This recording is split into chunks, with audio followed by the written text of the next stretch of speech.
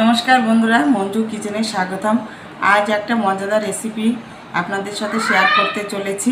দেখুন, এটা চিচিঙ্গা বলে অনেকে, আর অনেকে কি বলে জানি না, আমরা চিচিঙ্গাই বলি। এটা দিয়ে একটা মজাদার রেসিপি করে দেখাবো। আমার সঙ্গে থাকুন, দেখতে থাকুন। এভাবে চিচিঙ্গাটা আঁচড়ে নিতে হবে। আঁচড়ে নিয়ে ছোট ছোট করে ডুমো ডুমো করে কাটতে হবে। এভাবে আঁচড়ে নিতে হবে। এভাবে আমি কীভাবে করি দেখতে থাকুন। চিচিঙ্গাগুলি ছোট ছোট করে যে কেটে নিয়েছি, আর এর উপকার আর ছোট ছোট করে কেটে নিয়েছি, ধুয়ে নিয়েছি।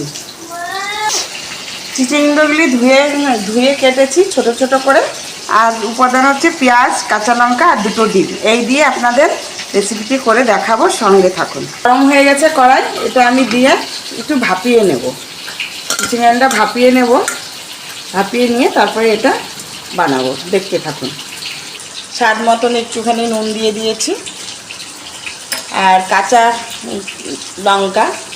লঙ্কা দিয়ে দিলাম। দিয়ে এটাকে আমি ঢেকে দিলাম, 10 মিনিট ঢেকে দিলাম।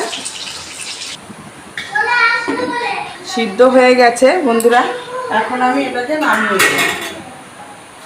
নিয়েছি। আর এর নিজস্ব যে জল ছিল সেই জলেই সিদ্ধ হয়ে গেছে বন্ধুরা। এখন আমি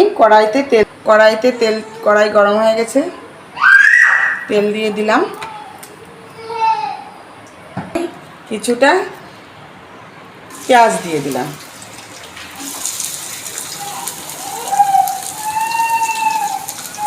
পেঁয়াজটা লাল লাল করে ভেজে নেব।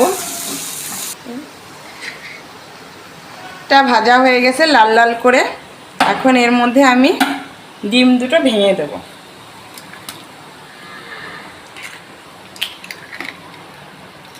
নুন দিয়ে দিয়েছি, ভালো করে একটু নাড়া দিয়ে দেই।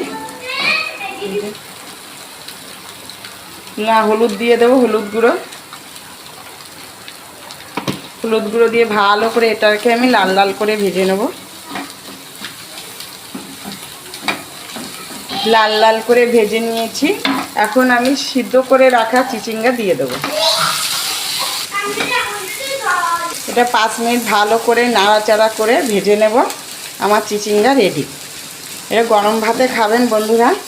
ডাল আর টক ডাল হোক, এমনি সাধারণ যে ডাল রান্না করেন, তার সঙ্গে চিচিঙ্গা এভাবে ভেজে সুন্দর করে খেয়ে দেখবেন। ডিম চিচিঙ্গা খুব ভালো লাগবে, খুব সুস্বাদু লাগে।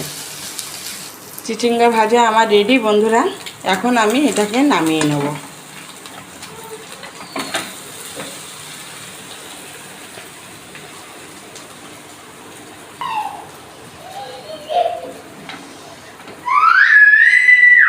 দেখুন বন্ধুরা, আমার চিচিঙ্গা ভাজা রেডি। ডিম চিচিঙ্গা ভাজা গরম ভাতে খাবেন সবাই মিলে। সবাই খুশি হবেন, আনন্দ পাবে এরকম চিচিঙ্গা ভাজা খাওয়ার জন্য। আর আমার রান্নাগুলি আপনাদের ভালো লাগলে যে যেখান থেকে দেখছেন আর সাবস্ক্রাইব করবেন। আর নতুন নতুন ভিডিও যাতে আপনাদের সামনে আনতে পারি।